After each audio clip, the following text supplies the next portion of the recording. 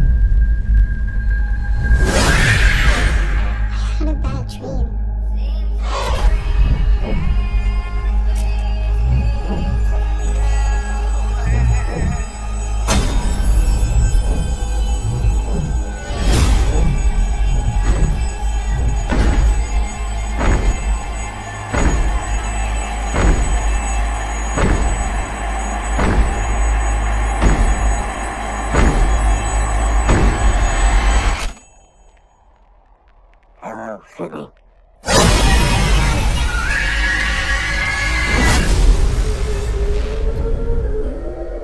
Did you think our story was over?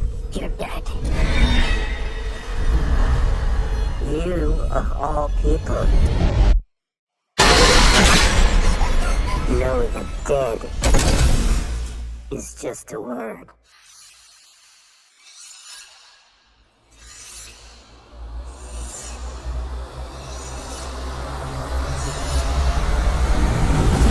He's here.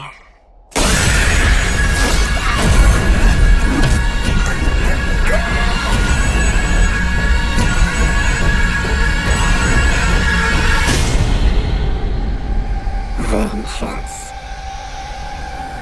is mine.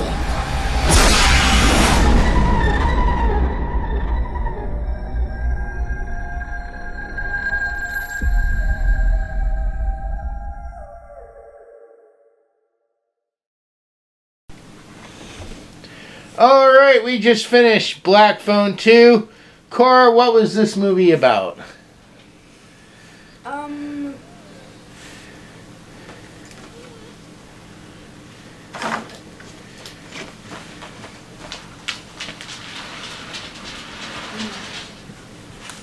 Basically, siblings go to this Christian camp thing because the sister was having dreams again about 3 kids who went missing. On this case, model. And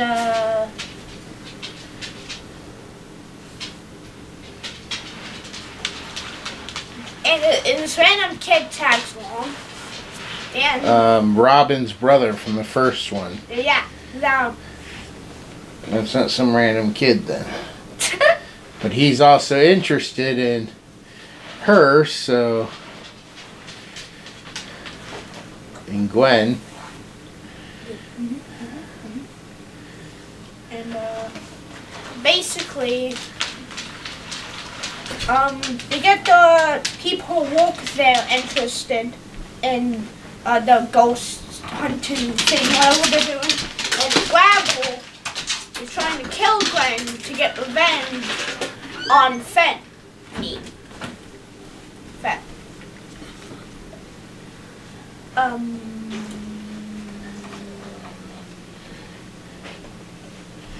Now this is where we're going to head into some spoilers. Does anything come out about Finn's family? And the grabber? The grabber actually killed the mother and framed her suicide. It made it look like she committed suicide. Yes, framed. Also, that the year the mother was a counselor there, so was the grabber. Mm-hmm. Anything else? Do they defeat him? Do they Yes. save the day? Yep. And aside from the 3 boys who went missing because of the grabber, I can't think if anyone actually died in this one. Yeah, unfortunately not. I mean, in the first one, we at least got the brother who got killed. But then he seemed so mad that he had to kill his brother, which didn't really seem to fit because it didn't seem like he really cared about his brother in the first one.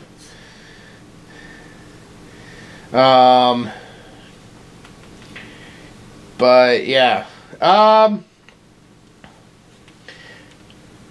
wouldn't be shocked if they came out with a 3rd one. I actually think if they went in the direction I'm kind of hoping they would go, that I might actually be somewhat intrigued to see a 3rd one. Oh, I didn't say the plot then of the 3rd one. Well, I mean, so he was already a killer when we met him in the first movie. And according to this, he was also already a killer from before in this movie. We learned that he killed 3 boys. So you're saying we're going to get a prequel? Well, not really a prequel, but there might be a 3rd story which might tell us the exact origins of what's got him on the path to being a killer. So basically a prequel. So something similar to like this one, but other people are dying, other people are having things happen, and we learned how he became the killer he was. He was defeated here because they found the bodies, but did they ever find his very first victim?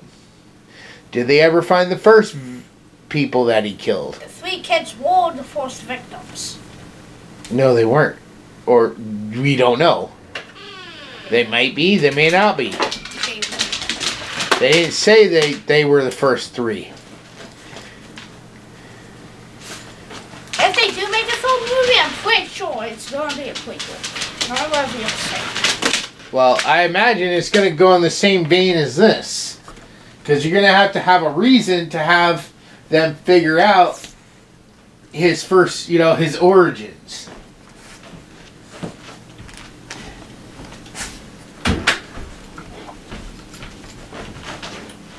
So, going back to wherever he grew up. Now, I think it'll be a little exhausting if they tie it back to Finn's mom again, or maybe this time we'll find out that there's actually a connection between the grabber and Finn's dad. Maybe he grew up just down the street from Finn's dad, and Finn's dad was going to be another one of his victims when he was a child. Maybe he's been doing this since he was a kid, killing other kids. We know he targets boys primarily. That's why when he killed the mother, he made it look like a suicide, because he didn't want it tied back to his kills. Or maybe it's because she was the adult. No, because he doesn't kill girls normally. All his victims have primarily been 10 to 12-year-old boys. So what if the whole drama started back when he was 10 to 12?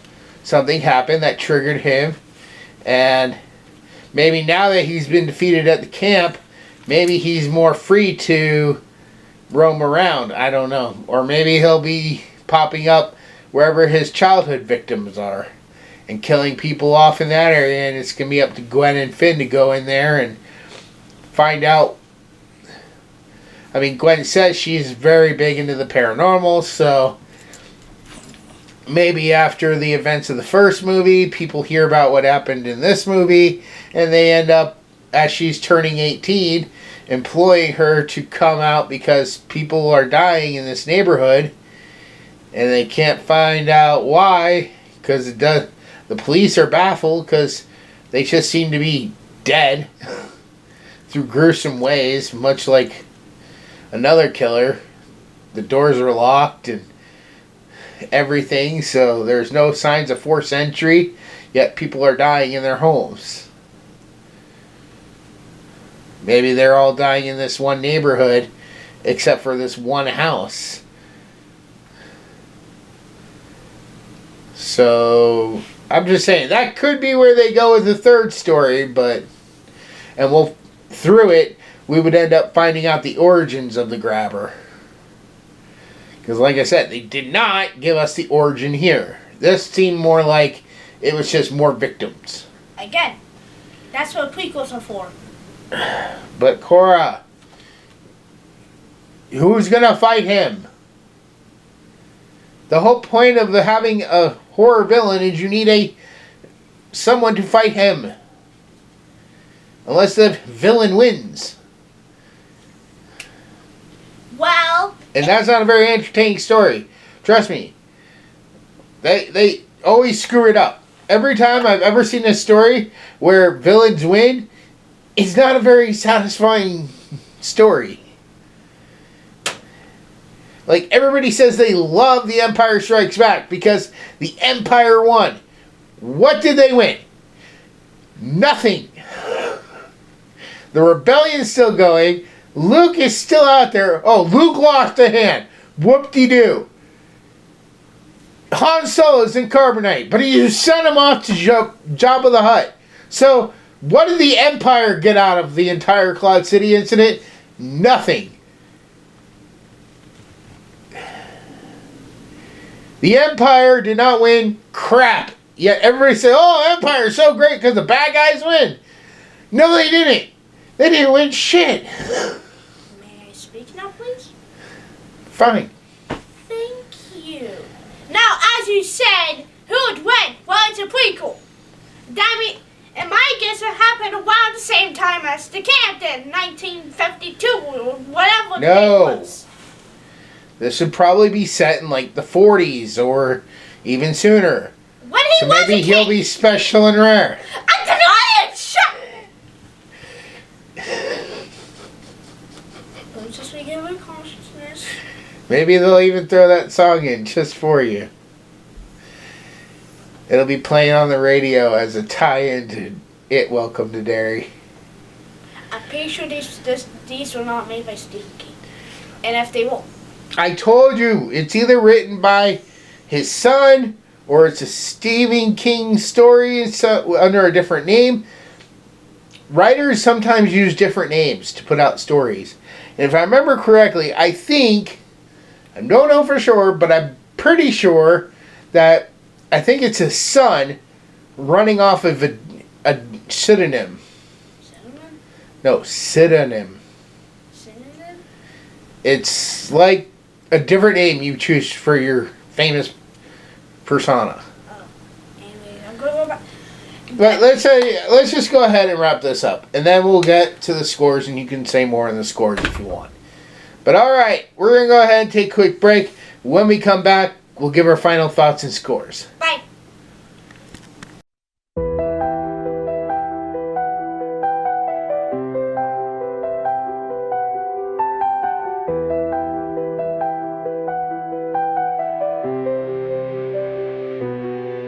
In the shadows of a winter night so cold, the North Pole's tale of courage must unfold. Enemies surround, dark clouds in the sky. Santa gathers his forces, for freedom they'll vie. With whispers of magic and fears intertwined, an army of legends, their destinies aligned. We're rising together through sorrow and pain. With hope in our hearts, we'll break every chain. The North Pole is ours, our spirits ignite. A battle for hope will emerge from the night.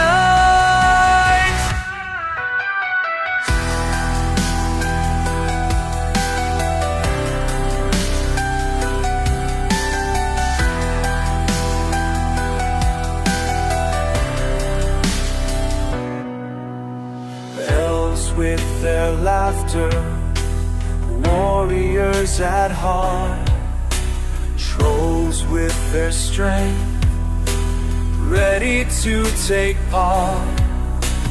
Fairies will beckon the winds to obey, as goblins plot mischief to light up the fray. In forests enchanting, where darkness has grown, dwarves and humans uniting, reclaiming their throne. We're rising together through sorrow and pain. With hope in our hearts, we'll break every chain. The North Pole is ours, our spirits ignite. A battle for home will emerge from the night. So gather your courage, let courage unfold. For the magic of winter is a sight to behold.